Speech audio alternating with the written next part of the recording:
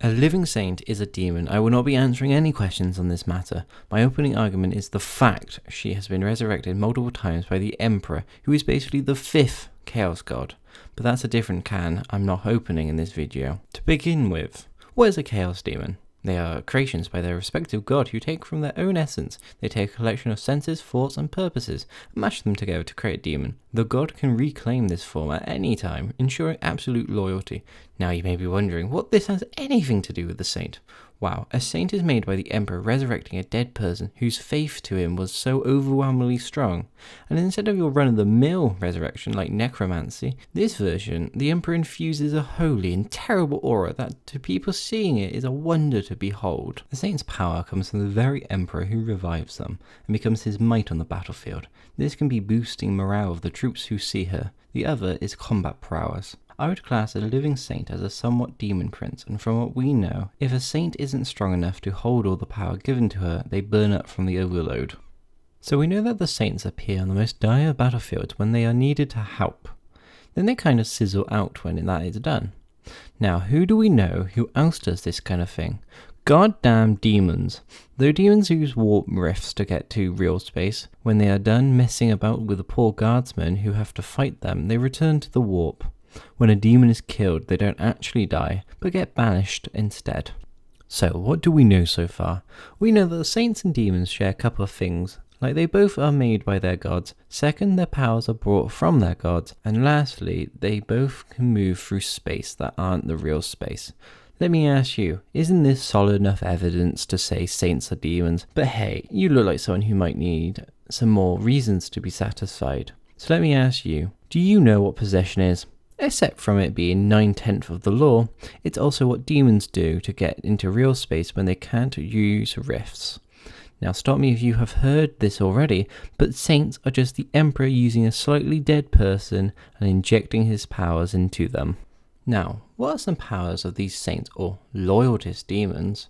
Well, we have 4 powers that are definite, and those are Holy Fire, Invulnerable Aura, Wings, and a Resurrection. So first, the Holy Fire. This can come in the form of a psychic blast, or the other ways by coating it onto their weapons. This could be for situations where they have to fight in close combat. I do wonder if they can control the colour of the flames, or are they able to somewhat firebend? Next is the aura they have around them. This is an aura that gives them a near invulnerability in battle. This also works better when they fight near a shrine that's dedicated to them. Next down the list is the ability to conjure angelic wings. This allows them to fly and bring righteous fury to the enemies in the sky. I think the saints have control over how their wings appear, as Saint Celestine has more angelic wings, while Saint Sabbat has more flame-like wings. Now, lastly, the whole resurrection thing. This is an odd ability as it doesn't work like how normal resurrection does. The Saints version is more based on the severity of the situation that the Imperium is in as they go to where they're needed the most. So they then resurrected on the battlefield. This process can be extremely difficult to do, and in some cases the process can be stopped, like in the case of Saint Garistol.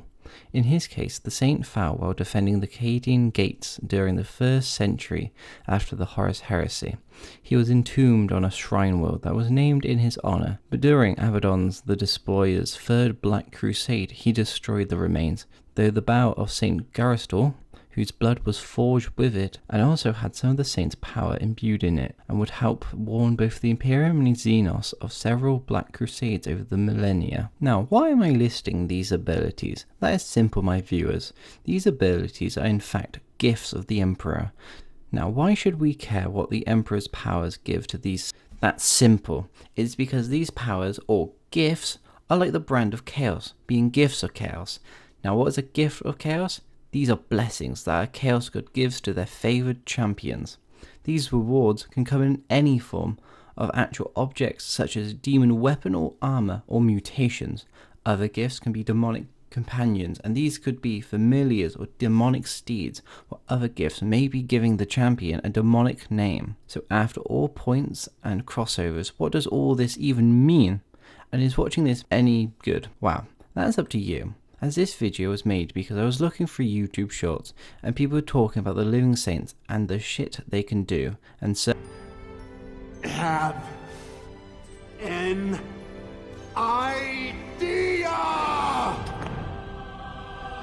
to create this video. I don't think it would do well, but then hey, who cares?